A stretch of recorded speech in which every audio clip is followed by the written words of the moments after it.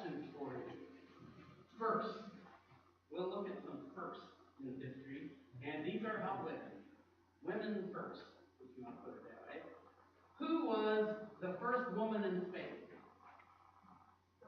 Yeah, Sally Ride. Thank you. Please feel free to answer. Sally Ride was it. An American one, too, right? That's good.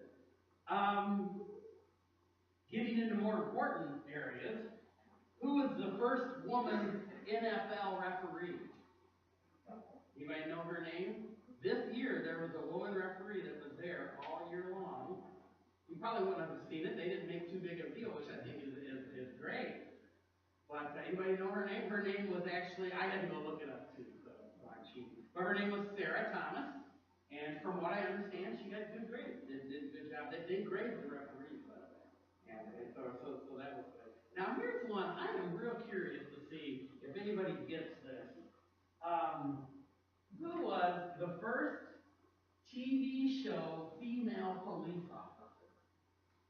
The first TV show female police officer. Come on, Carl. I was thinking of you. What was that? Angie Dickinson? No, it wasn't Angie Dickinson. What was the show and what was her name? Actually, when I looked it up, they gave me the show, and I thought, well, come on, don't just give me the show. What was her name? Anybody? It was in 1957. Does that help anybody? Does anybody remember the show Decoy Policewoman? Yeah, I don't either. But it was in 1957. The actress's name was Beverly Garland, and she played Casey Jones. Anybody remember any of that? You'll have to look it up. They said it's all public domain now, so you can watch it on Netflix or whatever, free probably. But look it up. Decoy Policewoman. Apparently she went undercover. Come on, you guys are surprising me. I thought several of you would get that. Okay, there are a number of firsts. I actually went online and I typed in first women, and there was a whole bunch of them on Wikipedia that listed all kinds of the first women who won Pulitzer Prizes, for instance, the first ones who won Academy Awards, the first one. It got into other areas like sports. There was lots of things in sports and education and other areas. It's really interesting. You should go and check it out sometime. But what about in the church? We're going to look today at a first in the church, but before I do that, you just need to understand, in the history of the church, women were very important. And not just young women. I mean, you think of Mary being chosen to have Jesus. Of course, Mary was a young teenager when she was chosen. But when you go through the rest of the history of the church, especially that's listed in the New Testament with the book of Acts and so forth, there were a lot of women used in the church in different ways. And most of them did happen to be older. Some of them we can't really tell what their age was, because it doesn't necessarily tell us. But several of them were older. Several of them were widows, as a matter of fact. And it wasn't because their husband was doing something great, like Peter's wife. In fact, what was Peter's wife's name? We don't even know. So it doesn't even list her as important just because she was a wife. But there were women in the church that did important things. For instance, so what about Priscilla, who was married to Aquila? Priscilla and Aquila were Paul's partners. And as Paul traveled around and did his preaching and teaching, and he also did his work as a tent maker, which, by the way, the name tent maker is a generic term. He was a leather worker. And he might not have necessarily made tents. He made leather products, probably some tents and things of that nature. But yeah, he made leather products. And Priscilla and Aquila worked with them. And in fact, you see them moving around the Roman Empire at various times when Paul writes his letters. And they even had, at one point, they were in Rome and they were sponsoring a church in their home in Rome. They were always, it appeared, involved in the work of the Lord, wherever they were. And it was an interesting thing about Priscilla and Aquila is quite often it lists her name first. I don't know if she was the more vivacious one, the one that when people met this couple, she was the one that they remember talking to or what, but that was just kind of interesting. There's a lady named Phoebe. And what Phoebe's important for is she's listed in the book of Romans. When Paul wrote the book of Romans and sent it to Rome, who delivered it to him? It was Phoebe. Phoebe took it and delivered it to the church, and he mentions her in there as a servant of the Lord. You've also got ones that are a little more maybe domestic looking, like you've got Eunice and Lois, who were Timothy's mother and grandmother, and they raised Timothy to know the scriptures, and of course they raised him to love the Lord, and he became a great servant of the Lord, one of the Apostle Paul's right hand But the one that I want to look at today is what we would consider the first convert in Europe. And that would be Lydia.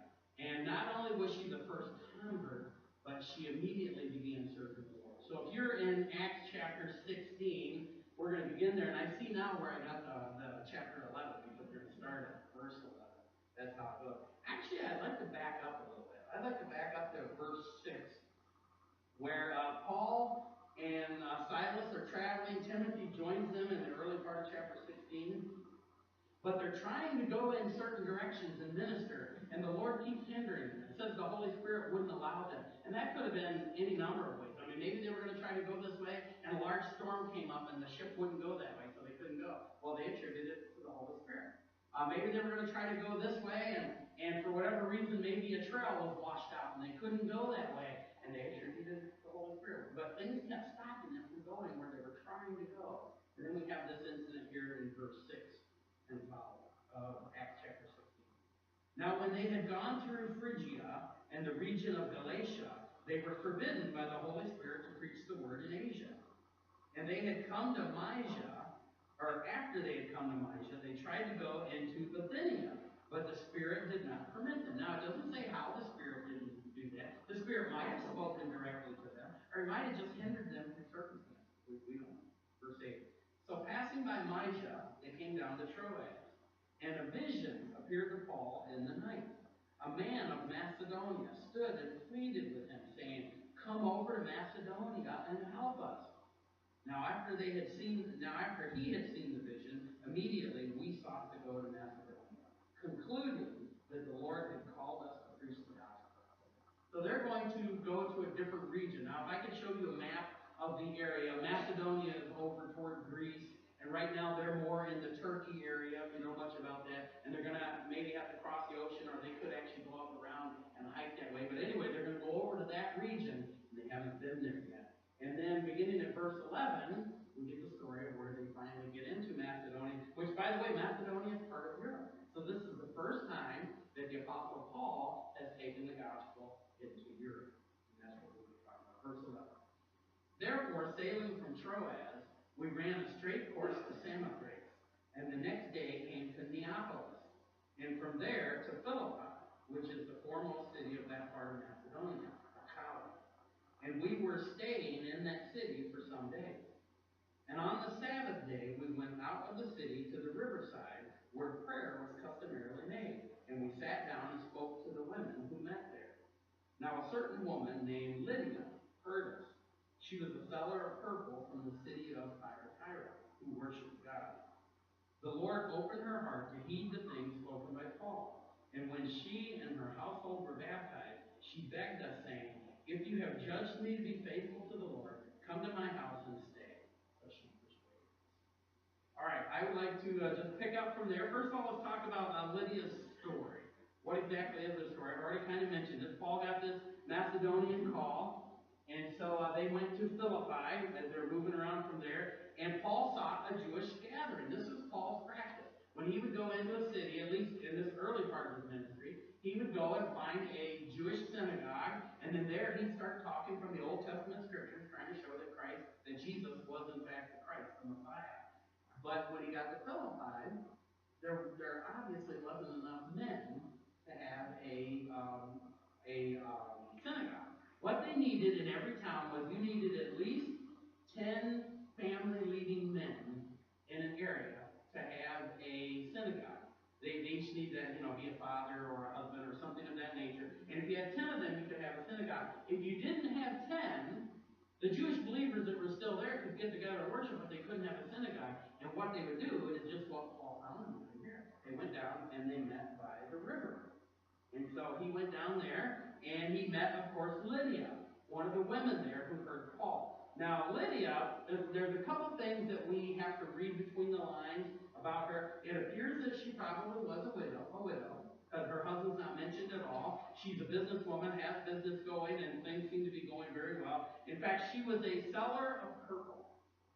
Now, that might not mean a lot to us today, but purple fabrics were worn by royalty because of the dyes and stuff that was used to make them that way. So she was traveling around selling to people who were high up in the government or high up one way or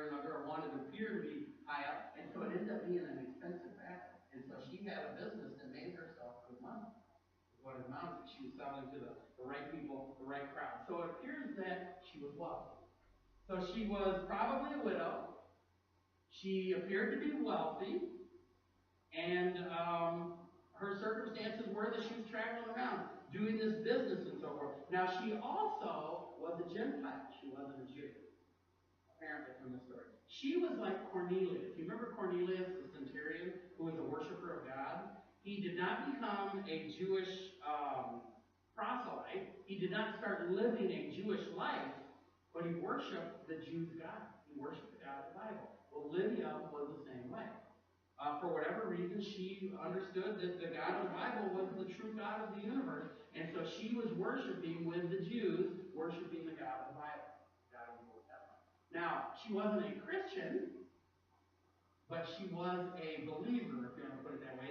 This is that time period in between the Old Testament time period and the New Testament time period. And so she was a believer in the God of the Old Testament, but hadn't heard the gospel yet, hadn't heard about the Messiah who had come. And they were going to bridge all of those things together. And it says that the Lord opened her heart so that she became a believer. She believed the message that Paul and Silas were preaching, and she got saved. And then it says that apparently her household did too.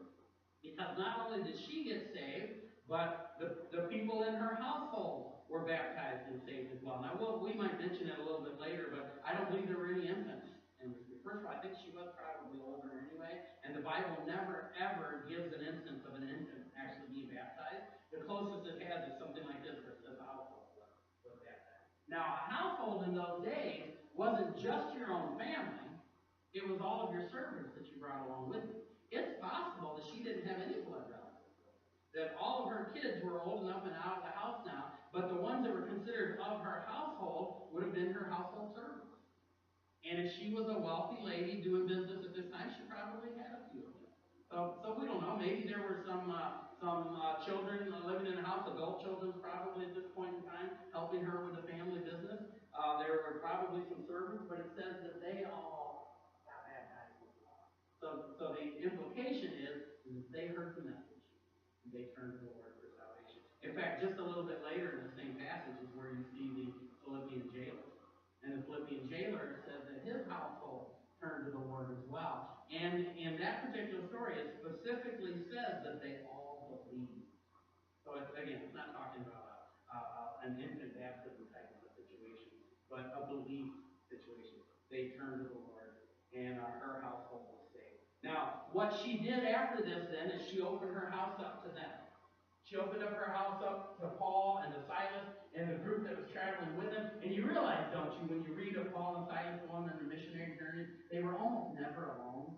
They almost always had a group of other people that were traveling with them, that were helping, like you think of Timothy and Titus and other young guys like that. In fact, you read in some of the Gospels, you can read names of a bunch of different ones that traveled with them and helped them in their ministry. They went. Well, Lydia opened up her household to them and said, look, if you guys have judged me to be faithful, come and use my household. And there's many people that believe that her house probably was opened up to the first church that got started there.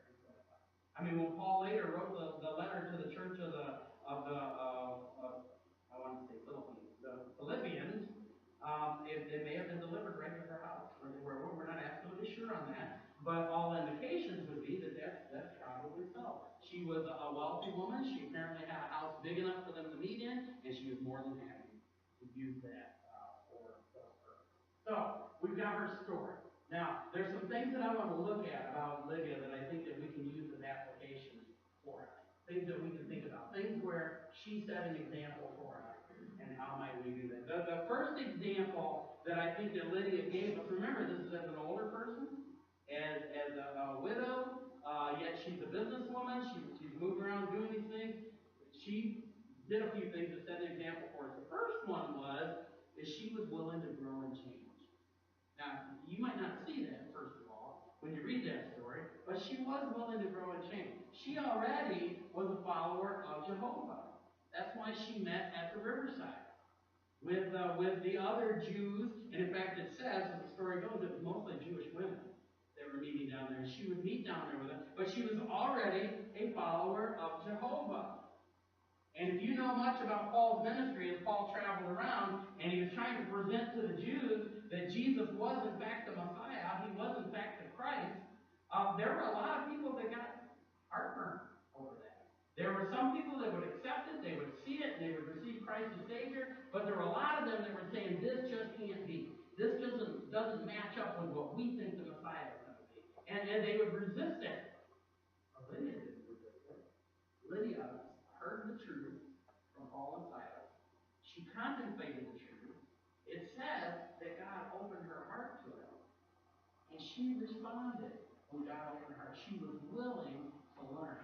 She was willing to grow and change. She was willing, when God showed her a new truth, she was willing to do something about it.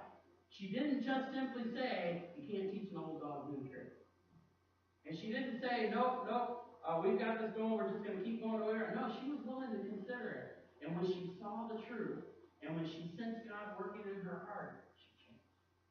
She was very much willing to grow and change. Now, I wonder how many other people think that they've got it all figured out, and because they've got it all figured out and they're not willing to listen, they're not willing to think, they don't change at all. I mean, how many people think that they've got life's riddles figured out? Or at least they think that they've got a particular path that they want to walk down, and then God might reveal truth to them, and then it's, don't confuse me with that stuff. I'm all right the way I am. Have you ever tried to talk to someone about the Lord in a kind of that same way? I mean, a lot of people that we would try to talk to about the Lord Jesus would claim to be religious. I mean, most people actually don't claim to be atheists. But you're trying to talk to them, and they want to just say, just so you know, God figured it out. I've gone to such and such a religious group all my life. This is just the way we believe. Just kind of leave me alone. Lydia could have done that, but she didn't. Instead, she listened to what they had to say. It made sense to them. And when God opened her heart, she responded. She was willing to grow and change. Now, if she continues that way for the rest of her life, it will serve her well. Doesn't the Bible present to us that our Christian life is going to be a series of growing and changing throughout our life? How many times will God present truths to us that we need to respond to? You go to Ephesians chapter 4. You don't need to go there right now, but in Ephesians chapter 4 is the passage dealing with putting off and putting on. And as Paul's talking to them, he's telling them to put off certain things that they've been doing all their life. Like maybe he's going to tell them you need to put off lying. Start telling the truth to each other. Well, that can be hard for some people because they've made a practice of lying to kind of get their way and manipulate the people around them. Well, that's hard. Have you ever met someone that's like that? I've heard stories. I must admit, I don't know anyone specifically that's like that, but I've heard stories of some people that they lie no matter what they do. In fact, they'll sit there and they'll tell you that their dog at home is white when they know that it's black, just because for whatever reason, they got to change the facts. As they talk to some people can do that. Well, maybe that's pretty severe, but some people can make a practice of not being very truthful. And then Paul says we need to put off telling lies. We need to put on speaking the truth to one another. He says you need to put off stealing, and you need to learn to work so that you can be a giver rather than a taker. Paul says that. He talks about putting off corrupt words that are meant to hurt other people, and instead speak words that build people up and make people feel better. You know what I mean? And there are some people that think that because I'm right, I can say anything to you as long as it's the truth. I can say anything to you. If it hurts your feelings, that's just too bad. The problem is that's not a biblical value. The biblical value is, yes, we need to speak the truth, but we also need to do it in love. And we need to speak words that will build the other person up rather than tear the other person down. And so that's part of that changing. And I could just go on. He mentions a lot of other things. But in the Christian life, it's an important truth that we are willing to grow and change. And Lydia, as an older person, she was willing to grow and change. And a good thing it was. Because it caused her to turn to the Savior. It caused her to turn to the Lord Jesus as the Messiah. And it did in fact change her life. So that's one thing that I noticed about her. Another thing I noticed from her example is as soon as Lydia turned to the Lord, right away she started using her resources. Did you notice that? We see, of course, that she used her resources by offering them to let her use her home and so forth. So she was willing to do that. she practiced, if you will, stewardship. I don't know how much she understood this as a new believer, but the idea there is that all that I have belongs to God. Or at the very least, I want to use all that I have for God's purpose. And apparently she was that way, right from the beginning. She was willing to use her resources for the Lord and recognize that God could use them to accomplish great things. But she went one step further even than that. It's one thing to be able to give something to be used of God or whatever. She made it personal. She practiced, in this case, what we call hospitality. She was willing to give up of her personal space. She was willing to give of her time. She was willing to give of her home. She was willing to give that personal space. How many of us have that hula hoop around us, right? You got that hula hoop, and I'll be primitive with everybody, but don't get too awful close to the hula hoop. I must admit, I have a hula hoop like that once in a while. I remember there was a family years ago that used to attend our church here, and they were nice people. They moved back downstate. But this guy was one of those guys that when he talked to you, he'd get right in your face like this. And he was talking nice, but he'd get right there, and it's like, you take a step back, and you take a step forward. You know what I mean? You got that hula hoop space. And it's like, come on, man, give me just a little bit of space. Maybe I'm afraid I didn't have that last mint that I need to. Too cold, I don't want you to smell. Whatever. She was willing to give her personal space. She invited them into her home. And she invited them to use her home. Imagine that. Imagine if you were to open your home up to a church that's just beginning. And every time they have a service, they come in and they have to completely rearrange everything. Imagine how that would be. We met a couple that was they're starting a church down in Freeport, is where they're starting it down near Muskegon, down near Muskegon. And in their particular church, as they're starting it, every week they got to go and set up the chairs and set up everything else. So every week they have to get there like an hour and a half to 2 hours early, and there's other people that volunteer to help them, and they'll back up the trailer with all the chairs and all of their everything else, and they have to do all that stuff. Now they're meeting in a school where they're doing all that, but imagine if you were offering your home. And we were coming in to do that. Now, Carl and Angie let us use their home on Wednesday night, and it's one big circle. We actually had a big night in there. It's fun. June was doing it before them. And you know what? That's been a blast. I love having a prayer meeting at you guys' homes rather than having it here at church. It's just been more homey, and we've been enjoying that. But you do have to give up a little bit in order to do that. You are inviting everyone who's got cold. Not everybody, maybe you're the type that likes to take your shoes off at the door. Not everybody practices that. So what are you going to do? You could remind them and tell them, well, what if you miss somebody and they come in there? All of those things you have to think about. She was willing to do that. And she was willing to offer that. And we see that from her right away. She wanted to be a part of what God was doing. She wanted to be a part of what was happening there. So she invited them to do that. Just kind of a quick note here. It's not wrong to have nice personal possessions. Once in a while, you'll come across someone in Christianity that thinks that we all need to take a vow of poverty and we need to sell all of our things and not have it. That's just not a biblical value. You don't see that necessarily. Like in this case, here was a woman that had possessions because of her business success, where God was blessing her, but she used it for the Lord's purpose. See? Now she enjoyed it all the rest of the time when they weren't having a church there, apparently. And she could enjoy using her stuff. She probably even took some nice vacations once in a while. All of that that's all okay. But she was still serving the Lord. So there's nothing wrong with having those things. In fact, if you look at it from a stewardship perspective, you could say maybe this is why the Lord has allowed you to have some of these things. So that we could share these things in a way that would help further the Lord's ministry and so forth. She probably had servants, and she probably had her servants help out with some of those things, but she wanted to serve the Lord. So we certainly see her using of her means to be a part of God's service. Another thing about her, and I'm kind of reading between the lines here, but not only did she get saved, but her household got saved, and I kind of read into that she probably led in some of that. She probably was concerned for her household as well. And she probably was the one that said, look, we need to go to the river and pray when it's time for them to go and meet those people down there. she probably was one of those that when Paul was presenting the message, not only did she respond, but I could see her encouraging the other people in her household, whether they were her children or her servants or with her, however it was, I could see her encouraging them. So I get the idea here that she was interested in reaching out even to her own family and seeing her own family turn to the Lord. You know. Now, was she a widow? She probably was. Did she allow that to slow her down? No, she didn't.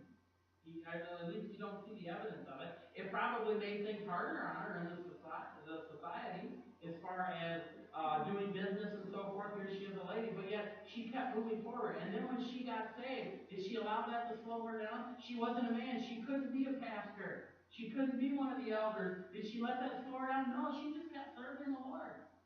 She kept doing what she could do. She wasn't the dad to lead her family to the Lord, but she kept working at it. She kept doing them. She didn't allow those things to slow her down. She kept serving the Lord. How old was she anyway? I don't know.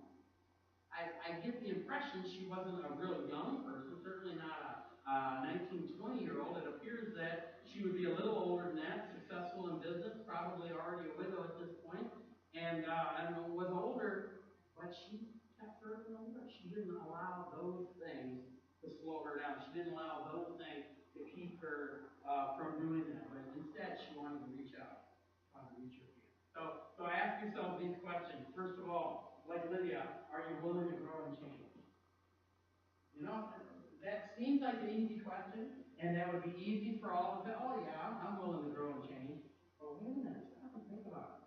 How many things are you really willing to grow and change? You know what, I have found as I get older, I struggle with change.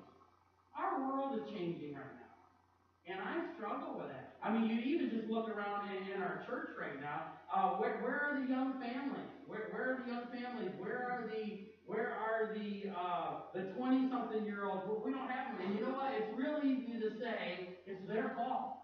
It's real easy to say it's their fault. They're not interested in it, and so they get what they deserve. And there is some truth to that, actually. But on the other hand, I ask myself as a pastor, is there any way that maybe I can change? Is there any way that I mean, I certainly wouldn't want to change the message. I certainly wouldn't want to change what I'm preaching and so forth. But is there any way that I can present my preaching in a way that might be more interesting for them? Is there any way that I can put up with some of their foibles? I saw a thing the other day on Facebook. It said, I'm 30 years old, but I was hanging out with a bunch of 20-year-olds because I want to act like a 20-year-old. Then I decided to forget it. No, I'm a 30-year-old. And I don't know, maybe they didn't have the energy to keep up with the 20-year-old, but I also happen to think it probably meant something like, 20-year-olds are weird. They do weird things. And they're different. But the whole generational thing. They do things differently, they think things differently. But am I willing to change so that I personally can have a relationship with them? So that I personally can befriend some of them. Again, I'm not talking about compromising. That's not the deal. But am I willing to change? Well, what about with yourself? Are you willing to change? I mean, what about even some of your living conditions? Or what are you willing to change in your house? Are there things that would be hard to change? This is the way we've always done it. That's the way it's got to be. You know what was a hard thing for me? I used to keep my checkbook, and I used to balance my checkbook all the time. And then when I went to do online banking now, I do it through the bank online, and I get all of my stuff. Every transaction I do comes up on there. And the temptation was I'm still going to keep balancing my checkbook. But you know what? I don't do that anymore. I don't balance my checkbook. Now I check everything. I go through and I verify everything, but I don't even bother keeping my balance in my checkbook. And some of you are probably going, oh, Pastor, that's not good. That's not smart. Well, you know what? Are you willing to change? Are you willing to do something a little different? I have actually found it free. It's been liberating.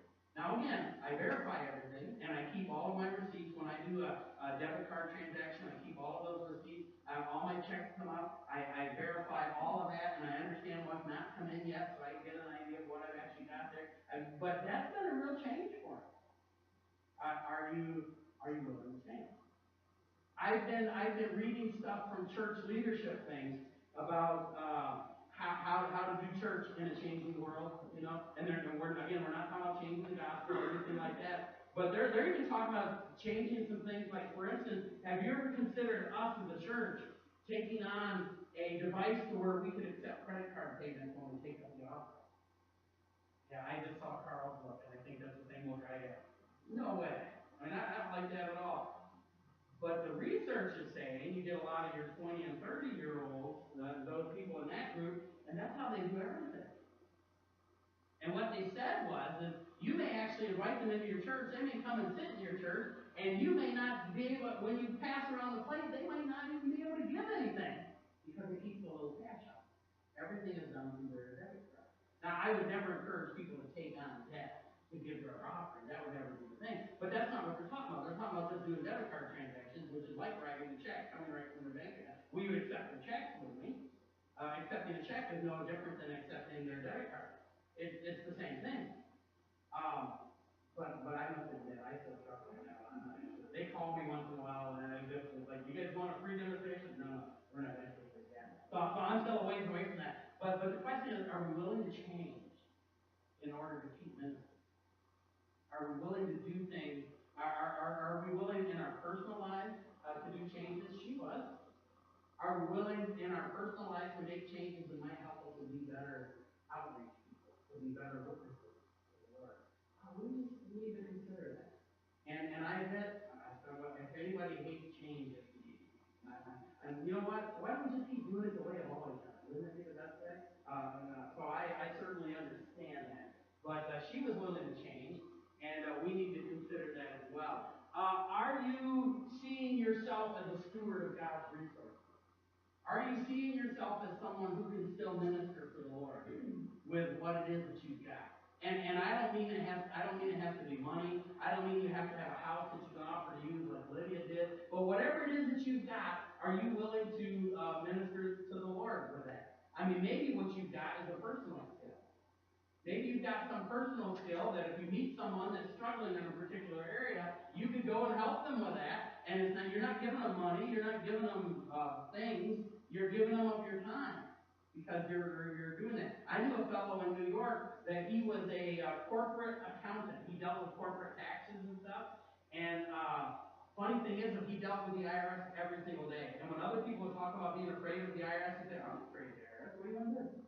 He said, I'll help you. And what this guy did was, we had several elderly people in our church, and he did all of their taxes for free. And he would do, and I'll tell you what, when he did their taxes, they were done away. And he would do it all for them for free, because that was his skill set. That's what he had. And he even told me at one point, I was telling him, yeah, I guess I could send in this thing and amend my taxes, but it would only get me $20. He said, well, if you don't want to do it, I'll do it. $20 is $20. But he used his skill set. Are you willing to use what you have to serve the Lord? Are you willing to use what you have to reach out? Are you willing to use what you have to allow the Lord to see Him accomplish more things through you for His purposes? And then, are you reaching out with the gospel? I really believe that Lydia is the reason why her household turned to the Lord. She was leading them in that, and she was interested in that. And she wanted them to turn to the Lord as well. Are we doing the same thing? Do we really have that desire? All of us would say yes, but when we look at the reality of how we live our life, is it really love? Are we living in a way to reach out to those around us? And I'm saying that to me as well. There's lots of things that I need to evaluate. There's lots of things that I'll look at later and I'll say, boy, I blew it there. I didn't take an opportunity that I had. Or something like that. We all need to be thinking about that ourselves. Can I be like Lydia, this older widowed woman that God used for some wonderful things in the early part of the church? As the church was expanding the continent, it went from one continent to the next, the continent of Europe, and God used this woman in her house to help establish it. Oh, wonderful. Let's go to the Lord. Father, thank you for people in Lydia who serve you. Lord, we want to be that as well. We do want to serve you. We want to use our resources for your glory. Lord, help us to be able to think and change where we need to think. Help us to be able to discard the things that are not so important as we hang on to the things that are vitally important in the gospel and Scripture. Help us to know how to navigate these waters in this